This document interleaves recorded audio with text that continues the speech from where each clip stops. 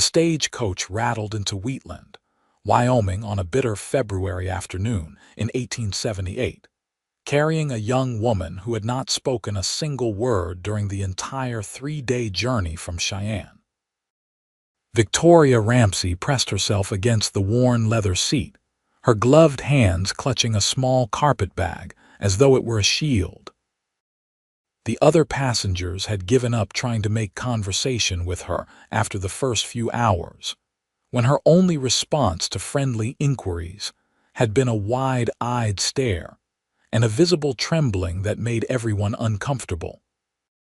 Now, as the driver called out their arrival, she felt her breath catch in her throat. Somewhere in this dusty frontier town, a man waited for her, a man she had never met, a man who had paid for her passage west and expected a wife in return. The thought made her stomach turn. Isaac Kimball stood outside the general store, his tall frame casting a long shadow across the wooden boardwalk. He had received the telegram 3 days ago informing him of his mail-order bride's departure from Cheyenne, and despite his attempts to focus on ranch work, he had found himself riding into town each afternoon to watch for the stage.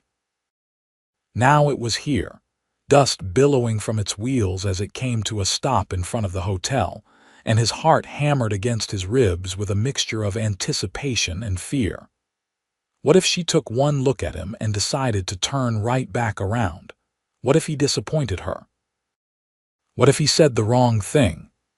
He was 26 years old, had been running his modest cattle ranch for 4 years, and could break a wild horse or mend a fence line in his sleep.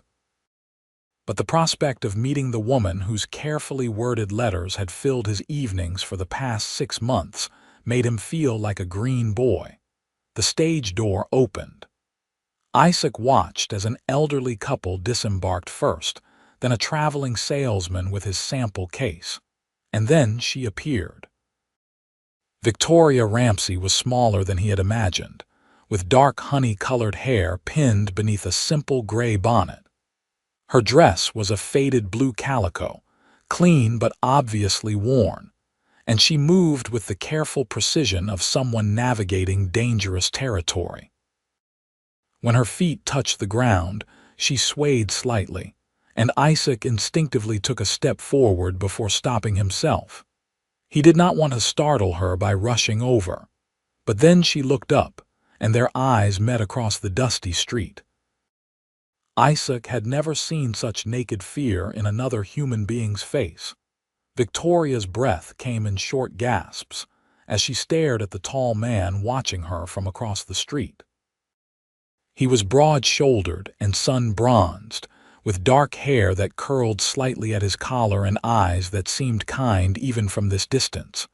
But he was still a man, still someone bigger and stronger than her, still someone who now had legal rights over her future. Her vision began to narrow at the edges, the familiar signs of panic washing over her like a wave. Not here, she thought desperately. Not in front of everyone, not in front of him. Isaac saw the color drain from her face and recognized the signs immediately. His younger sister had suffered from similar episodes after a traumatic riding accident years ago, before consumption had taken her. Without thinking about propriety or protocol, he moved quickly but not rushed, crossing the street with purposeful but gentle steps. "Miss Ramsey," he said when he was still several feet away, his voice low and calm. "My name is Isaac Kimball. I am the man you have been writing to. You are safe here. Nobody is going to hurt you. I am going to stay right here several feet away until you feel steady on your feet. Take all the time you need." The words cut through Victoria's rising panic like a knife through butter. He was not approaching closer. He was not reaching for her. He was not demanding anything. She focused on his voice, using it as an anchor, and slowly her breathing began to regulate. "There," Isaac said softly. "That is better. The hotel is just behind you. They have a room prepared. Would you like me to ask Mrs. Henderson to help you get settled? She runs the place, very kind woman, mother of 5. She can bring you some tea and help you freshen up after your journey." Victoria managed a small nod. It was all she could manage, but it seemed to be enough. Isaac turned and called out to the hotel proprietress, who had been watching from the doorway with concerned eyes.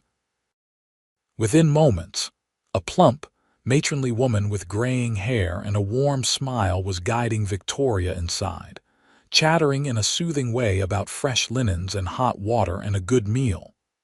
Isaac stayed outside, his heart aching in a way he had not expected. Her letters had been brief and formal, but there had been an intelligence and quiet dignity in them that had appealed to him. She had answered his advertisement honestly, stating that she was 22 years old, in good health, and seeking a fresh start in the West. She had not mentioned being afraid. She had not mentioned whatever had put that haunted look in her eyes. But then, he supposed, there were some things too difficult to write in a letter to a stranger. The next morning dawned cold and clear.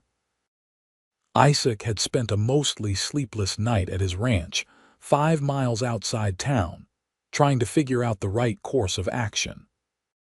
The legal and social expectations were clear. They should marry quickly, within a day or two of her arrival, and then she would come home with him to start their life together. But those same expectations had been built on the assumption of 2 willing participants. Victoria Ramsay was not unwilling exactly, but she was clearly in no state to stand up in front of a preacher and make vows to a man she could barely look at without shaking.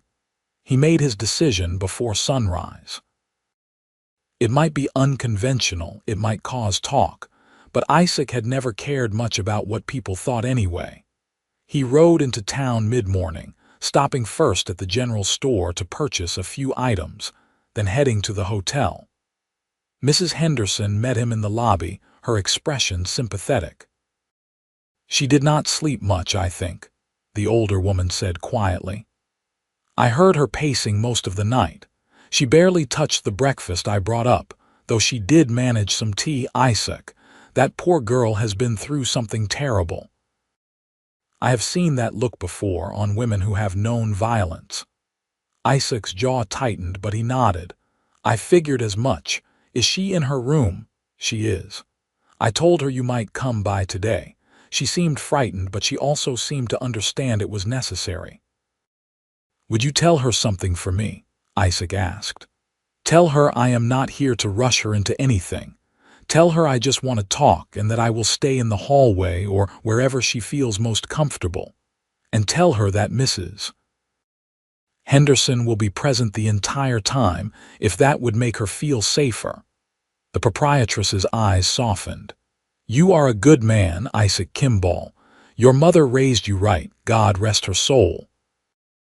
10 minutes later, Isaac found himself sitting in a straight-backed chair in the hotel hallway, outside the door to room number 3. The door was open just a crack, and through it he could see Victoria perched on the edge of her bed, with Mrs. Henderson in a rocking chair nearby knitting. It was an absurd arrangement, but it seemed to work. Victoria had not run, had not refused to see him. "Miss Ramsay," Isaac began, his hat in his hands, "I want to be straight with you about a few things. I know you came all the way out here expecting to marry a rancher and start a new life. I know there are expectations and timelines that usually apply to these situations, but I am not a man who holds much with doing things just because that is how they have always been done." He paused, choosing his words carefully. "I can see that you are afraid. I do not know the details, and you do not have to tell me unless you want to, but I want you to know that I will not force you into anything. Not marriage, not living at the ranch, not anything. The room here is paid for through the end of the month. You can stay here as long as you need. I will come into town once a day if you are willing, and we can talk, or not talk, whatever you are comfortable with." Through the crack in the door, he could see Victoria's hands twisting in her lap. She did not speak, but she was listening. "I know this probably sounds strange," Isaac continued, And I know people will talk, but I need you to understand something important. My parents raised me to believe that a marriage should be a partnership between two people who respect each other. My father never raised his voice to my mother in 30 years of marriage.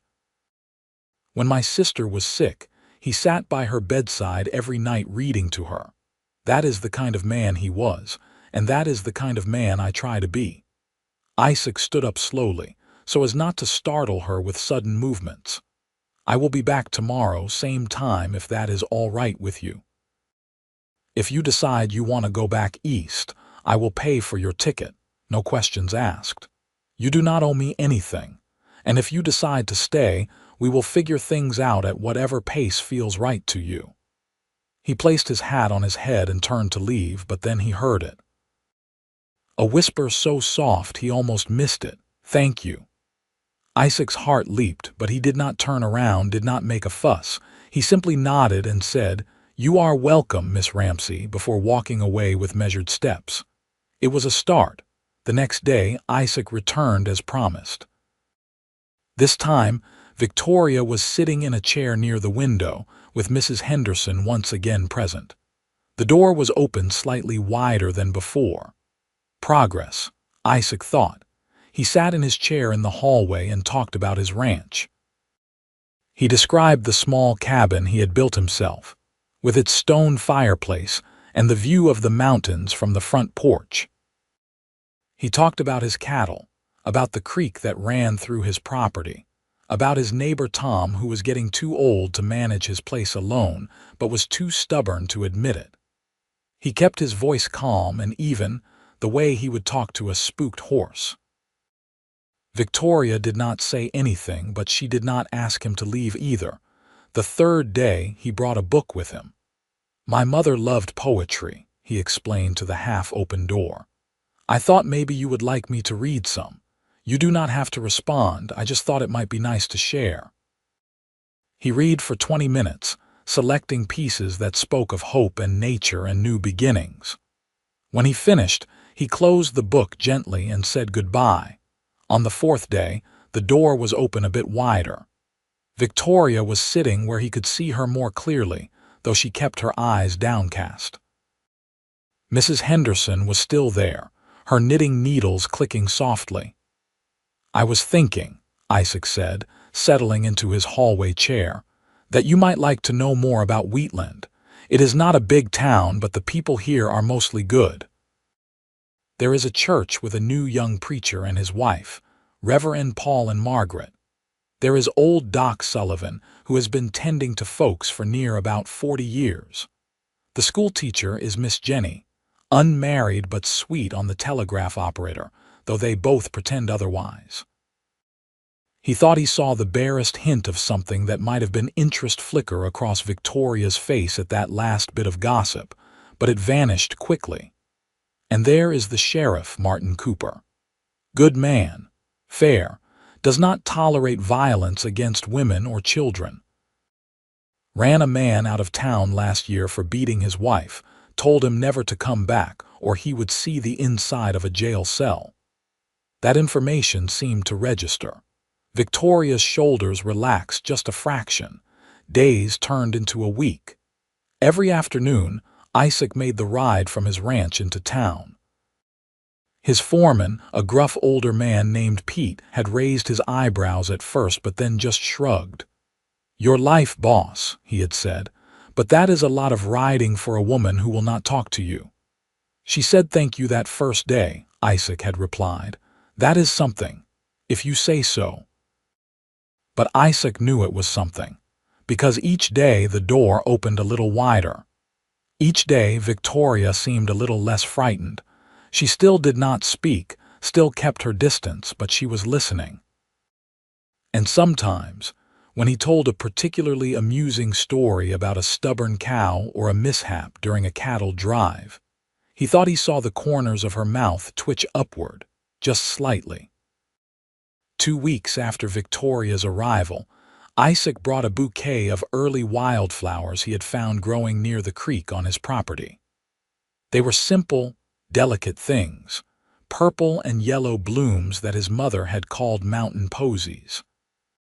"Found these on my morning ride," he said, placing them on the small table in the hallway, close enough for Victoria to see but not so close as to invade her space. "Thought they might brighten up your room some." For the first time, Victoria looked directly at him. Their eyes met for just a moment before she glanced away, but it was enough to make Isaac's breath catch. Her eyes were a deep brown, warm despite the fear that still lingered in them. Mrs. Henderson spoke up then, her voice gentle. "Those are lovely, Isaac." "Victoria, dear, shall I put them in some water for you?" Victoria nodded, and then, so quietly that Isaac almost missed it, she whispered, "They are beautiful." 3 weeks in, the weather turned warmer, hinting at the approach of spring. Isaac arrived at the hotel to find Mrs. Henderson waiting for him in the lobby with an encouraging smile. "She asked if you might read more poetry today," the older woman said. "And she said I did not need to stay in the room the whole time, as long as the door stayed open and I was nearby." Isaac felt a surge of hope so strong it almost knocked him off balance. "She said all that, she did. She is starting to talk more, bit by bit. Still skittish as a newborn fawn, but there is progress." When Isaac took his seat in the hallway that day, he noticed immediately that Victoria had moved her chair. She was still in her room, still a safe distance away, but she was positioned so she could see him more clearly as he read. He opened the book and began with one of his favorites, a Walt Whitman piece about the open road and infinite possibilities. As he read, he noticed that Victoria's hands, which were usually clutched tightly in her lap, had relaxed. Her breathing seemed easier. When he finished, he closed the book and said, "Miss Ramsey, I was wondering if you might tell me something, only if you want to. I brought a few different books today, was not sure what you might prefer. Poetry or perhaps some Shakespeare. Or I have a novel that was my mother's favorite about a young woman who goes on adventures. What sounds good to you?" He waited, not expecting much. But then Victoria spoke, her voice still soft but clearer than before. "The novel. I would like to hear about the adventures." Isaac smiled. "The novel it is, then." After that day, Victoria began to speak more regularly. Not in long conversations, not yet, but in simple exchanges that felt like small miracles to Isaac. She would ask him about the weather, or about his cattle, or about characters in the stories he read. Her voice was lovely, musical in a way that made him want to hear it more often. 1 month after her arrival, Isaac asked a question he had been wondering about for weeks. "Miss Ramsey, would you tell me about yourself? Not about whatever brought you here unless you want to share that. But about who you are, what you like, what you dream about. I feel like I have been doing all the talking and I would very much like to know you better." Victoria was quiet for a long moment, and Isaac worried he had pushed too far. But then she began to speak, slowly at first, then with growing confidence. "I was born in Pennsylvania," she said. "My mother died when I was 8. My father was a coal miner, but he got hurt in an accident when I was 14. Could not work anymore, we struggled. I took jobs where I could find them, washing clothes, cleaning houses, working in a textile mill for a time." She paused, her hands trembling slightly. Isaac remained quiet, letting her tell her story at her own pace. "When I was 19, my father sold me." The words hung in the air like a gunshot. "He sold me to a man named Hugh Barton, a factory owner who wanted a young wife. Told me it was the only way to keep a roof over our heads. I did not want to go, but I did not see any choice. Hugh was 45 years old and he was cruel." Victoria's voice had dropped to barely above a whisper. "He hurt me. Often. For 3 years I lived in fear. I tried to be a good wife, tried not to anger him, but nothing I did was ever right. He would hit me for burning dinner, or for speaking when he had not asked me a question, or for no reason at all except that he felt like it. Isaac's hands gripped the arms of his chair so tightly his knuckles turned white. He wanted to say something to offer comfort, but he sensed she needed to finish. He died 6 months ago. A stroke. The factory and everything else went to his brother, who made it very clear that I was not welcome to stay. I had nowhere to go, no money, no family left. That is when I saw your advertisement in the newspaper. A rancher in Wyoming seeking a wife. It seemed like the only way out, even though the thought of marrying another man terrified me. She looked up then, meeting Isaac's eyes fully for the first time since she had begun speaking. I am sorry I have been so difficult. I know this is not what you expected. I know I have not been a proper bride. If you want to send me back, I would understand. Isaac stood up slowly, then knelt down on one knee in the hallway so he was at her eye level rather than looming over her. He made sure to stay far enough away that she would not feel threatened. Miss Ramsey, Victoria, please listen to me carefully. What happened to you was not your fault. Not any of it. Your father should have protected you, and that man should burn in hell for what he did. I am glad he is dead. I know that is not a Christian thing to say, but it is the truth. His voice was fierce but gentle, anger at her past mixing with tenderness for her present. You have not been difficult. You have been healing, and that takes time. I do not care if it takes 6 more months or a year or 5 years. I am not going anywhere, and I am certainly not sending you back, unless that is what you want. But if you are willing to stay, if you are willing to let me show you that not all men are like that monster, then I promise you I will spend every day proving that you are safe with me. Victoria's eyes filled with tears. They spilled over, running down her cheeks, and for a moment Isaac was afraid he had said the wrong thing. But then she smiled. It was a small, trembling smile, but it was real. It was the first smile he had seen from her in the entire month since she had arrived. I would like to stay, she whispered. I think I would like that very much. After that day, things began to shift in small but meaningful ways. Victoria started venturing out of her room, first just into the hotel lobby, then outside onto the boardwalk, always with Isaac nearby, but not hovering. He let her set the pace, let her decide when and where she wanted to go. They took walks together through Wheatland, with Isaac introducing her to the townspeople. Everyone had heard by now that Isaac Kimball's mail-order bride had arrived, but they were taking their time with the marriage part.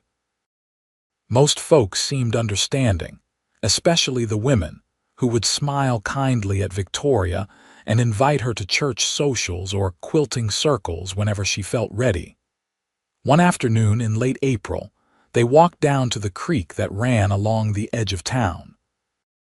The cottonwood trees were just beginning to leaf out, and the water ran clear and cold from the mountain snowmelt.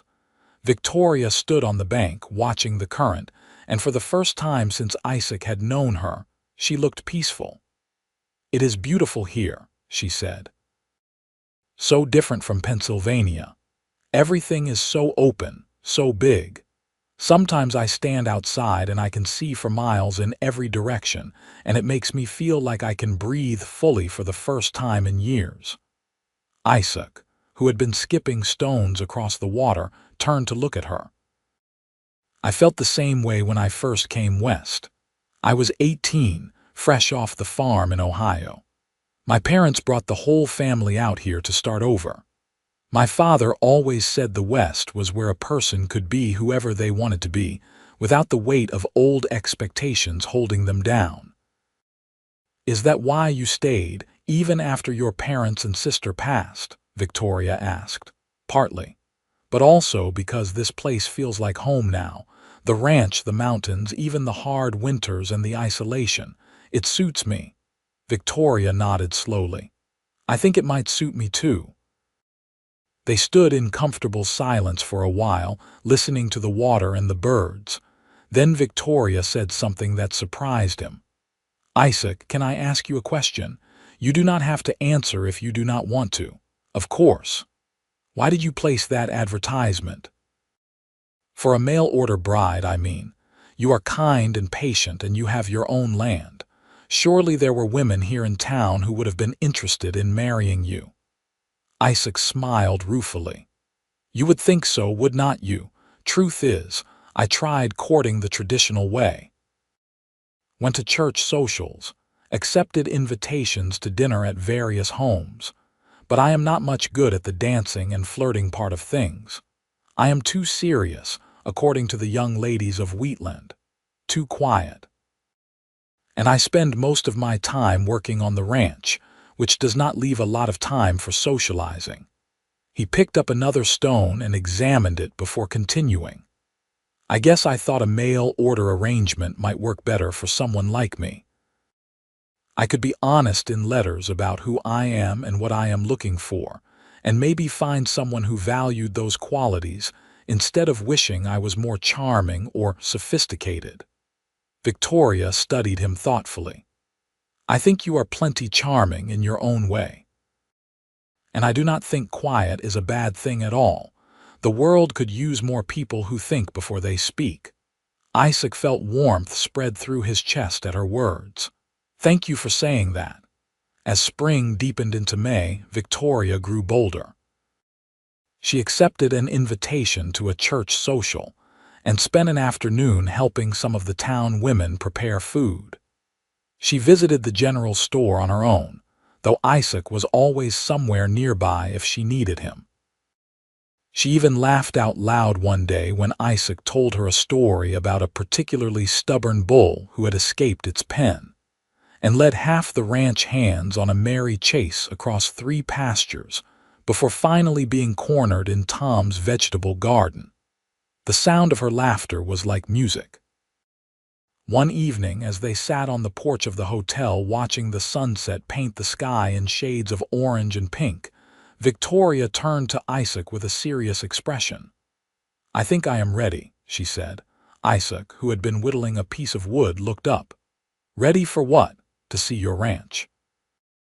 To see the place where you live, where you want to build your life. I think I am ready to see if I could imagine building a life there too. Isaac's heart skipped a beat, but he kept his voice calm. Are you sure?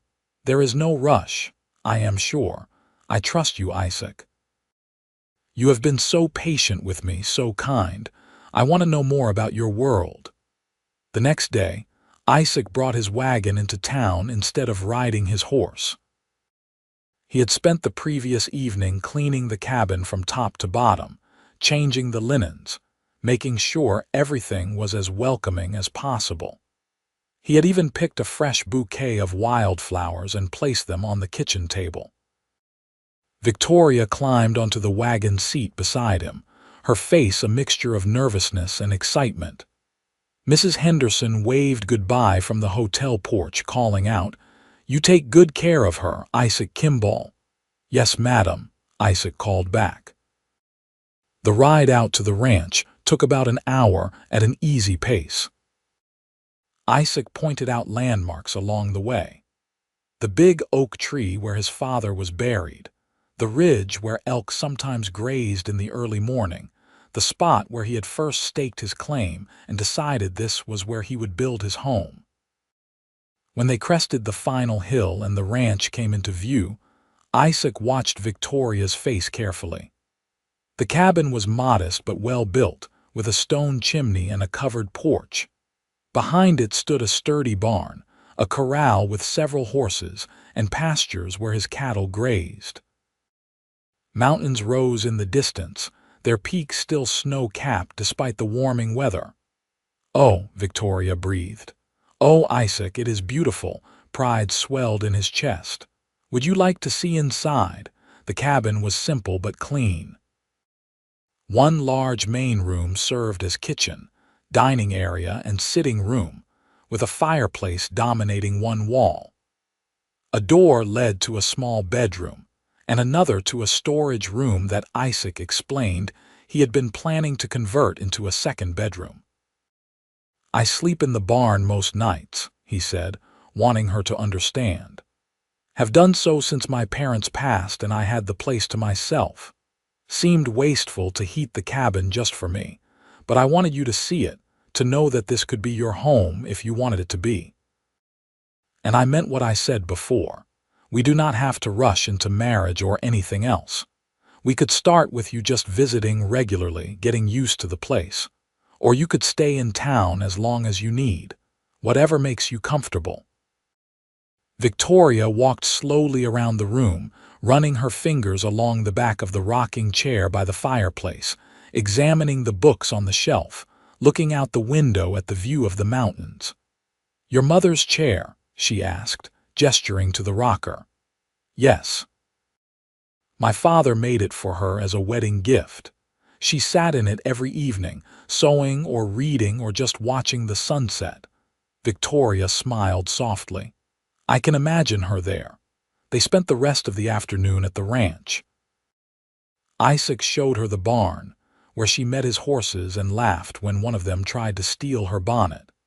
He introduced her to Pete, his foreman, who tipped his hat respectfully and told Victoria that any friend of Isaac's was welcome at the ranch anytime.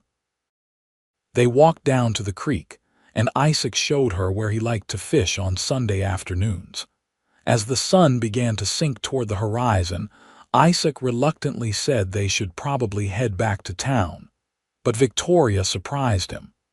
"Could we stay just a bit longer? Watch the sunset from your porch." They sat in two chairs Isaac had built himself, watching the sky turn brilliant shades of red and gold. The evening was warm, and the air smelled of grass and pine and possibility. "Isaac," Victoria said quietly, "I need to tell you something." He turned to look at her, trying to read her expression in the fading light. "When I first arrived in Wheatland, I thought my life was over. I thought I was trading one prison for another, one terrible man for another who would eventually reveal his true nature. I was so afraid I could barely function." She paused, gathering her thoughts. "But you did not do what I expected. You did not demand your rights as my intended husband. You did not force me into anything. You just waited. You talked to me, read to me, gave me space to heal.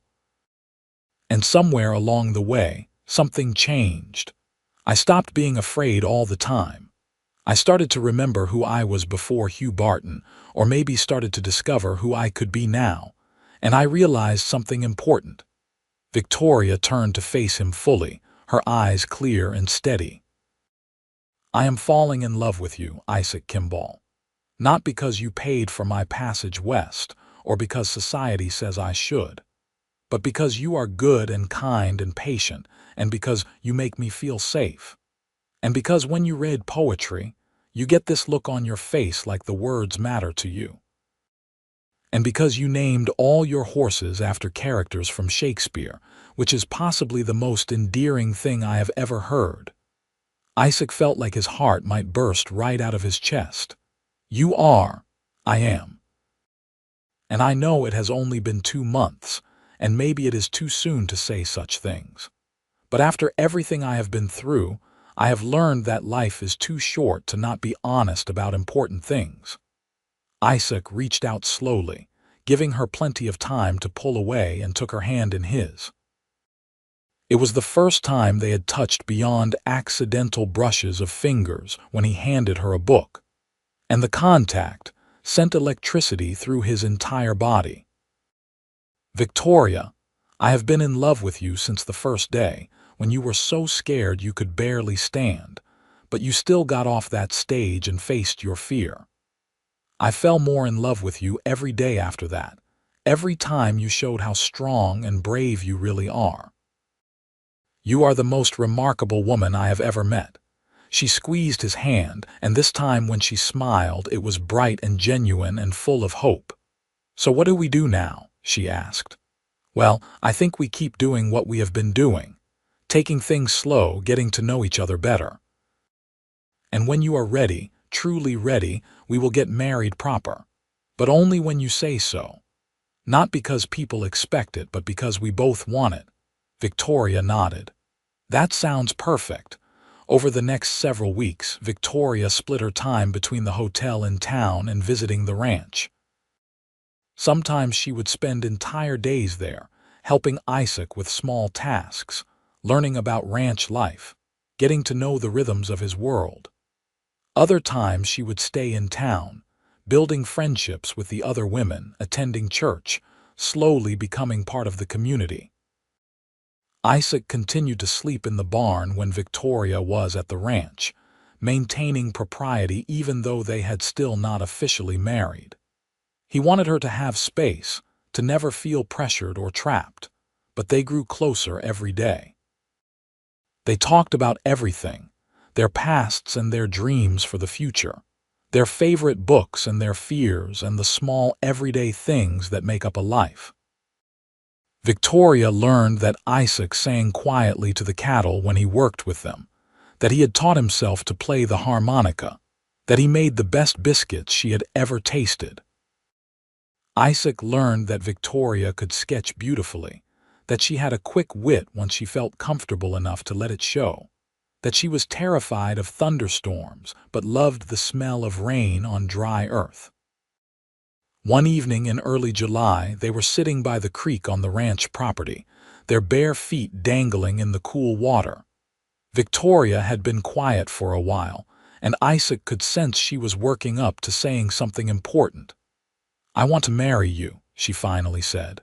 "Not someday, eventually.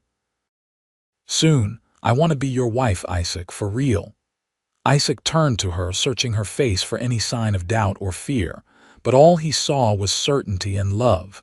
"Are you absolutely sure? I do not want you to feel rushed or obligated." "I am sure. I have been thinking about it for weeks now. I know my own mind, and I know my own heart. I love you and I want to build a life with you. I want to wake up in that cabin every morning and see the mountains. I want to help you run this ranch. I want to be your partner in all things." She took a deep breath and then continued with a slight blush coloring her cheeks. "And I want more than just holding hands and chaste kisses on the cheek. I know that after what I went through, you probably think I am not ready for a real marriage in all ways. But I am ready, Isaac. With you, I am ready, because I know you will never hurt me. I trust you completely." Isaac felt his throat tighten with emotion. He cupped her face gently in his hands, giving her every opportunity to pull away, but she leaned into his touch instead. "Victoria Ramsey, I would be honored to be your husband.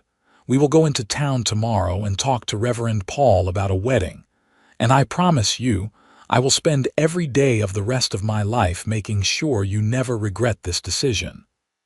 "I could never regret this," she whispered. "You saved me, Isaac. You gave me back myself." "No," he said firmly. "You saved yourself. I just had the privilege of being there to watch." And then, for the first time, Isaac leaned in and kissed her.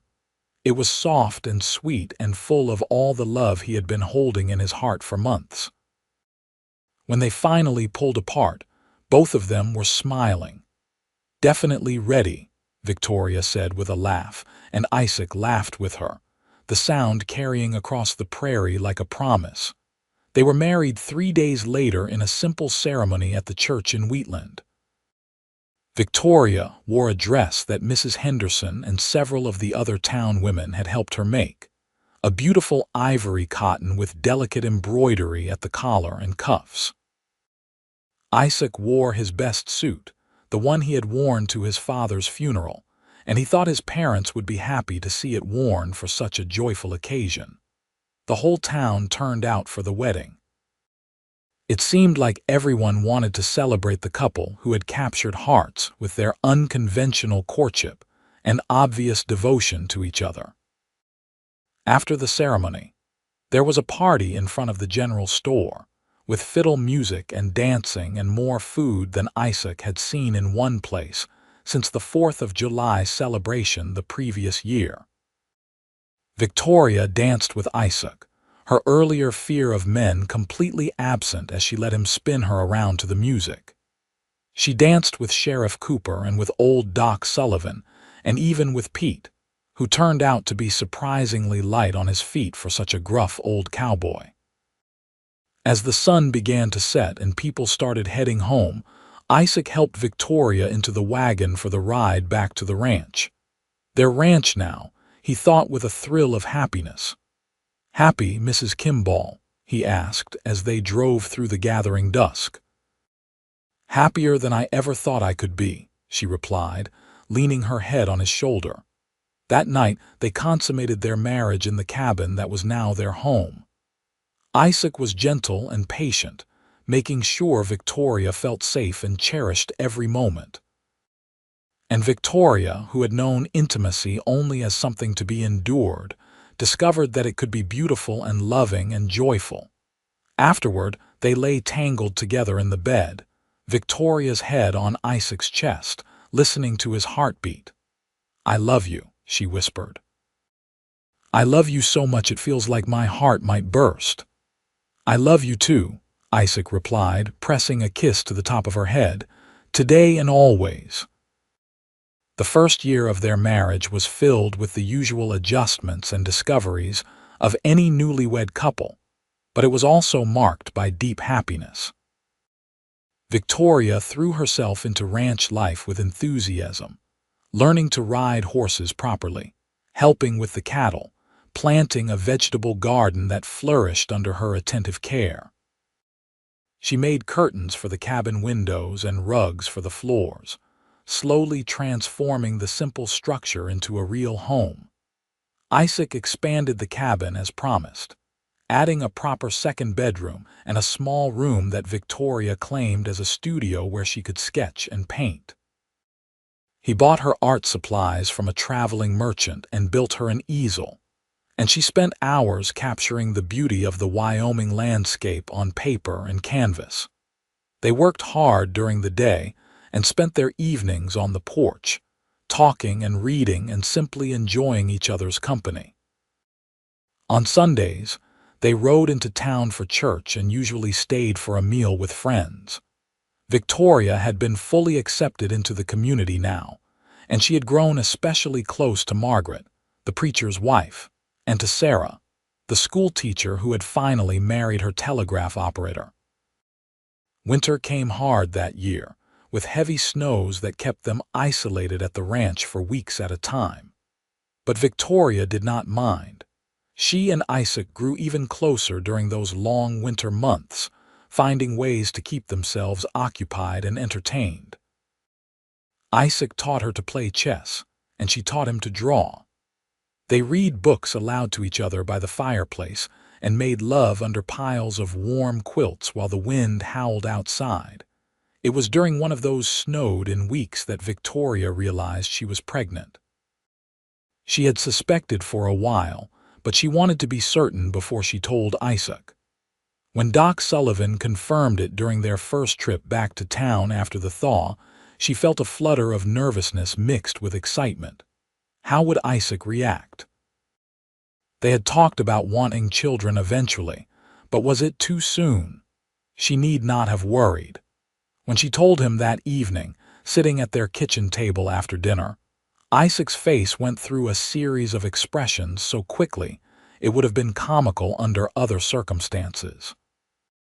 Surprise, joy, wonder, and then a fierce protectiveness that made Victoria's heart swell. "A baby," he said, his voice full of awe. "We are going to have a baby." "We are," Victoria confirmed. "In late summer, Doc Sullivan thinks. Maybe August or early September." Isaac stood up and crossed to her side of the table, kneeling beside her chair and placing one large hand gently on her still flat stomach. "Hello in there, little one," he said softly. "This is your father. I cannot wait to meet you."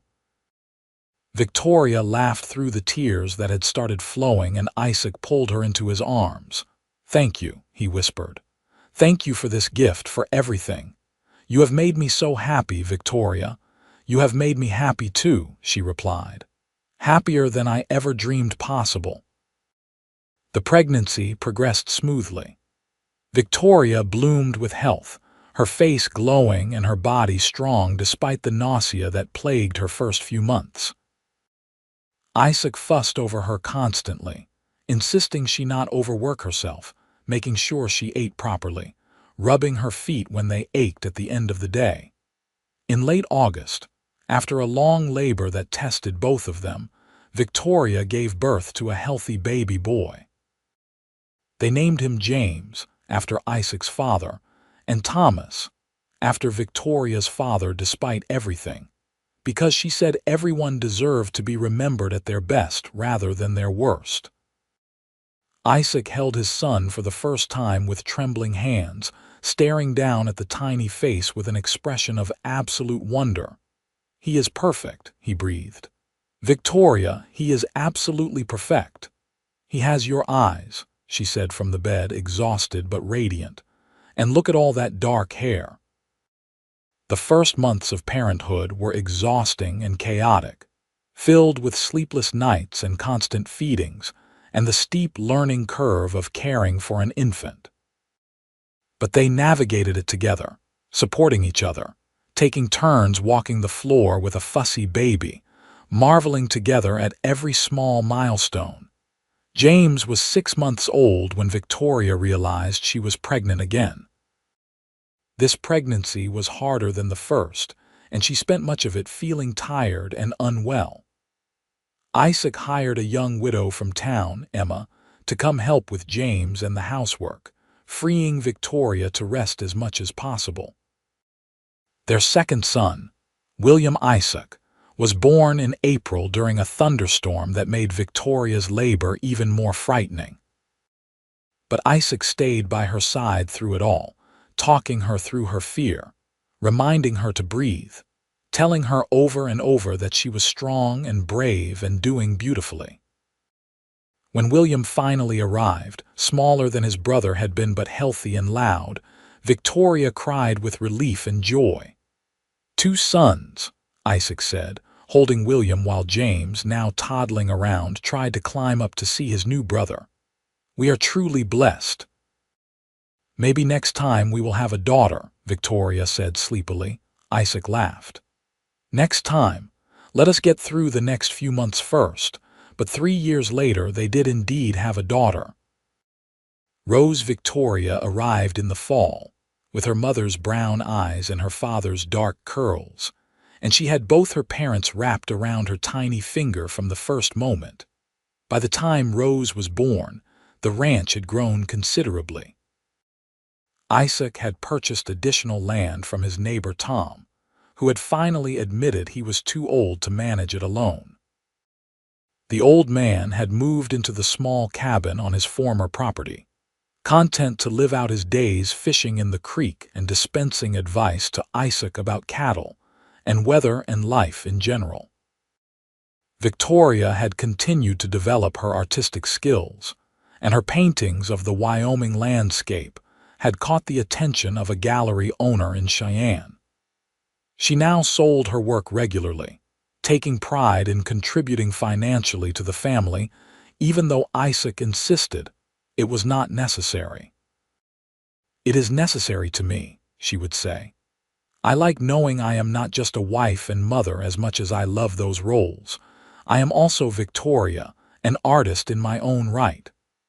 Isaac understood, and he supported her completely, often watching the children so she could spend afternoons in her studio. The years passed in a blur of happiness and hard work. James grew into a serious, thoughtful boy who loved reading and helping his father with the horses. William was more adventurous, always getting into mischief and exploring. Rose was sweet and artistic like her mother, often sitting beside Victoria in the studio with her own small set of watercolors. Victoria sometimes still had nightmares about her past, about Hugh Barton and the years of abuse she had endured. But they grew less frequent over time, and when they came, Isaac was always there to hold her and remind her that she was safe, that nothing and no one would ever hurt her again. One evening, when they had been married for 15 years, they sat on their porch watching the sunset just as they had done countless times before. The children were inside doing their homework, their voices drifting out through the open windows along with the smell of the stew Victoria had made for dinner. "You remember the day we met?" Isaac asked, reaching over to take Victoria's hand. "I remember being more terrified than I had ever been in my life," she replied. "I remember getting off that stage and seeing you across the street and thinking I might faint. I remember thinking you were the most beautiful thing I had ever seen, and also the most frightened. I remember praying I would not mess things up, that somehow I could help you feel safe." Victoria squeezed his hand. "You did more than that. You gave me my life back. You showed me what love really means, what a partnership should look like. You proved that not all men are monsters." "You gave me everything I did not even know I needed," Isaac replied. "A true companion, a partner in every sense, a family, a home that is more than just a building. You made me complete." They sat in comfortable silence for a while, watching the sky turn from gold to pink to purple. "Do you think," Victoria said eventually, "that when we are old and gray and the children have children of their own, we will still sit here like this?" "I know we will," Isaac said firmly. "I will be here with you, Victoria, until my very last breath. And if there is anything beyond that, I will find you there too. Promise, promise." Inside, Rose called out that dinner was ready, and they heard James telling William to stop whatever mischief he was engaged in. The sounds of their family, their life, the home they had built together. Victoria stood, pulling Isaac up with her. Before they went inside, she kissed him softly, a kiss that held all the love and gratitude and joy of their 15 years together. "Thank you," she whispered, "for everything. For waiting for me, for being patient, for loving me. Thank you for taking a chance on a quiet cowboy with a small ranch and big dreams," Isaac replied. "Best decision I ever made was placing that advertisement. Best decision I ever made was getting on that stage," Victoria said with a smile. Hand in hand, they walked inside to join their children for dinner, leaving the door open so the evening breeze could flow through their home. Years continued to unfold for the Kimball family in Wyoming. James eventually left for college back east, where he studied law, but he returned to Wheatland after graduation to set up his own practice. He married a schoolteacher and gave Isaac and Victoria their first grandchildren, twin girls who looked exactly like their grandmother. William, true to his adventurous nature, spent several years working as a scout and guide, exploring the territories and having adventures that made his mother worry constantly. But he eventually settled down as well, marrying a rancher's daughter and taking over part of the Kimball land to run his own cattle operation. Rose, artistic and sensitive like her mother, never married. Instead, she moved to Denver where she opened her own art studio and gallery, becoming modestly famous for her landscape paintings. She visited often, bringing her latest works to show her proud parents. Through it all, Isaac and Victoria remained devoted to each other. They weathered droughts and harsh winters, economic downturns and personal losses. They buried old friends and welcomed new ones. They watched the frontier slowly become more civilized, with the railroad bringing more people and more changes to their corner of Wyoming. On their 30th wedding anniversary, the whole family gathered at the ranch for a celebration. The cabin had been expanded several more times over the years and was now a substantial house, but the original main room with its stone fireplace remained at the heart of it all. As Victoria looked around at her children and grandchildren, at the life she and Isaac had built, she felt overwhelming gratitude. She thought about the terrified young woman who had stepped off that stage so many years ago, unable to even meet a man's eyes without trembling. That woman felt like a different person now, someone from another lifetime. Isaac found her standing alone in her studio for a moment, looking at a painting she had done years ago of the view from their porch. Remembering, he asked softly. Always, she replied. I never want to forget where we started, because it makes me appreciate where we are now even more. He wrapped his arms around her from behind, and she leaned back against him, solid and warm and safe. I would do it all again, Isaac said. Every moment of waiting, every careful step. It was all worth it to have this life with you. I love you, Isaac Kimball, Victoria said. Today and always. Today and always, he echoed. That night, after everyone had left and the house was quiet again, they sat on their porch in the same chairs they had sat in for 3 decades. Victoria's hair was streaked with gray now, and Isaac moved a bit more slowly than he used to, but the love between them burned as bright as ever. You think we will get another 30 years? Victoria asked, only half joking. I plan on it, Isaac replied. I have at least another 30 years worth of things I want to do with you. Such as, watching more sunsets, reading more books, spoiling our grandchildren, teaching William's boys to rope cattle, learning to paint properly so I can sit in your studio with you. Growing old together without regret, Victoria smiled. That sounds perfect. They did not get another 30 years, but they got 15 more, and they were good ones. Isaac passed away peacefully in his sleep at the age of 71, with Victoria beside him as she had been for 45 years. His last words to her were, I love you. Find me again. Victoria lived another 5 years after that, surrounded by her children and grandchildren, still painting, still strong despite her grief. When her time came, she went the same way Isaac had, quietly in her sleep, a small smile on her face as though she had indeed found him again. They were buried side by side on the hill overlooking the ranch, beneath the big oak tree where Isaac's parents rested. Their grave marker was simple, bearing both their names and a single line that Rose had chosen, today and always. The ranch stayed in the family for generations, passed down through William's line. And every year on the anniversary of Isaac and Victoria's wedding, the family would gather there to remember the remarkable love story that had started it all. They would tell the tale of the terrified mail-order bride and the gentle cowboy who had waited months for her first smile, and had then spent the rest of his life making sure she had reasons to smile every single day. It became a legend in the family, a reminder that true love is patient and kind, that healing takes time, and that the most beautiful relationships are built on foundations of trust, respect, and genuine caring. Young couples would visit the graves on their wedding days, asking for the same kind of lasting love. Artists would come to paint the view that Victoria had captured so many times in her own work.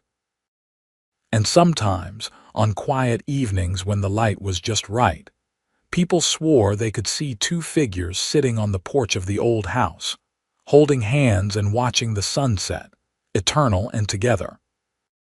The end of their earthly story was just the beginning of their legend, a testament to the transformative power of gentle patience and steadfast love. Victoria had arrived in Wheatland broken and afraid, and she had left it beloved and whole, having lived a life richer and fuller than she could have ever imagined on that terrifying day in 1878. And Isaac, who had placed a simple advertisement seeking a wife, had found instead a partner, a love, a purpose that had defined and elevated his entire existence. In saving Victoria, he had saved himself as well, had become the best version of himself that he could possibly be. Their story was one of redemption and healing, of second chances and the courage to trust again.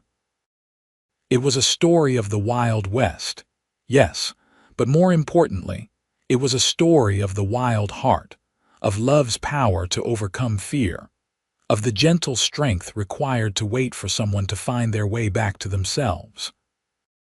And in the end, that was the greatest legacy they left behind, Not the land or the house or even the children and grandchildren, but the proof that love, real love, the kind that changes lives and heals wounds, was worth every moment of patience, every careful step, every gentle word spoken in hallways and on porches under endless Wyoming skies. Their love story would be told and retold for generations, inspiring others to be patient, to be kind, to believe in the possibility of healing and new beginnings. It would remind people that sometimes the greatest acts of love are not grand gestures but small, consistent choices to show up, to wait, to give someone the space and safety they need to become whole again. The mail-order bride who had been terrified of men had found in Isaac Kimball not just a husband, but a healer, a protector, a partner, and the great love of her life. And the gentle cowboy who had waited months for her first smile had been rewarded with a lifetime of smiles, of love, of happiness beyond measure. In the end, that was all that mattered. They had found each other across the vast distances of a young nation, two broken pieces that had somehow fit together perfectly. And they had built something beautiful, something lasting, something that would echo through time as an example of what love should be and what it could accomplish when given freely and patiently. Their story was complete, a circle closed, a promise kept. Today and always, just as they had vowed to each other on that long-ago evening by the creek. Today and always in this life and whatever lay beyond. Together, as they were always meant to be.